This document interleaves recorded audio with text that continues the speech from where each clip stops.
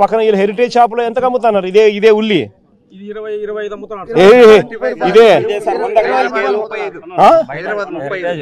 ఇదే హెరిటేజ్ లో ఎంత అమ్ముతున్నారు?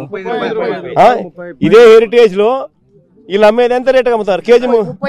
కేజీ 35 రూపాయలకు అమ్ముతారు. అయ్యా జగన్మోహన్ రెడ్డి గారు, మీరు ఎన్నిసార్లు మీరు ఫేక్ మాటలే మాట్లాడతారు? మీరు ఈ రోజు మాట్లాడేది చూస్తుంటే ఎప్పుడు గుర్తొస్తుంది తెలుసా? బాబాయ్ చనిపోయినప్పుడు నంగిగా మాట్లాడేవారు, కోడికత్తి డ్రామా అప్పుడు నంగిగా మాట్లాడేవాళ్ళు, గులకరాయి అప్పుడు నంగిగా మాట్లాడేవారు. అదే విధంగా అన్ని సార్లు ఫేక్ చేసి దొరికిపోయినా ఇంకా సిగ్గు లేకుండా ఇంకా ఫేక్ మాటలు మాట్లాడుతున్నారేంటి? హెరిటేజ్ లో ఏమమ్ముతారు? హెరిటేజ్ వెబ్సైట్ లోకి వెళ్ళి చూస్తే మీకు క్లారిటీ కనబడుతుంది. ఏమేమి అమ్ముతారు? హెరిటేజ్ పాలు అమ్ముతారు, పెరుగు అమ్ముతారు. కానీ ఉల్లిపాయలు హెరిటేజ్ కి సంబంధించి నువ్వు చూసుకుంటే హెరిటేజ్ రీటైల్ అనేది క్లోజ్ చేసి 2016లో క్లోజ్ చేశారు. ఇప్పుడు దాదాపుగా 10 ఏళ్ళు అవుతూ ఉంది. కానీ నువ్వు అవగాహన లేకుండా మాట్లాడుతా ఉన్నావా, లేకపోతే కావాలనే ఫేక్ మాటలు జనాలకి చెప్పడం కోసం మాట్లాడుతా ఉన్నావా? జనాల్ని ఏమీ తెలియదు, నువ్వేం చెప్తే అది నమ్ముతారని చెబుతూ ఉన్నావా? ఎందుకు చెప్తూ ఉన్నావు ఈ విధంగా అబద్ధాలు పచ్చిగా నిస్సిగ్గుగా? నువ్వు చేసే పనులన్నీ తప్పుడు పనులు, నీలాగే ప్రతి ఒక్కరు చేస్తారని అనుకోవడం నీ మూర్ఖత్వం జగన్మోహన్ రెడ్డి. ఇక నేను ఇలాంటి ఫేక్ మాటలు మాట్లాడద్దు. నువ్వు ఉండేటప్పుడు రైతులకి కనీసం గిట్టుబాటు ధరకుండా రోడ్లపైకి వాళ్ళు పండించిన పంటని పోసుకునే వాళ్ళు. ఈ రోజు ప్రభుత్వం మార్కెట్ లో ధర లేకపోయినా ప్రభుత్వం భరిస్తూ రైతులకి న్యాయం చేస్తూ ఉంది. గుర్తుపెట్టుకో. నువ్వు ఇంకొకటి మాట్లాడుతా ఉండవు. అసలు హెరిటేజ్ లో రీటైల్ అసలు అది మూసేసి ఎప్పుడైంది? ఇప్పుడు దాంట్లో కూరగాయలు ఉండవు, ఓన్లీ పాలు పెరుగు అమ్ముతుంది. నీ భారతీయ సిమెంట్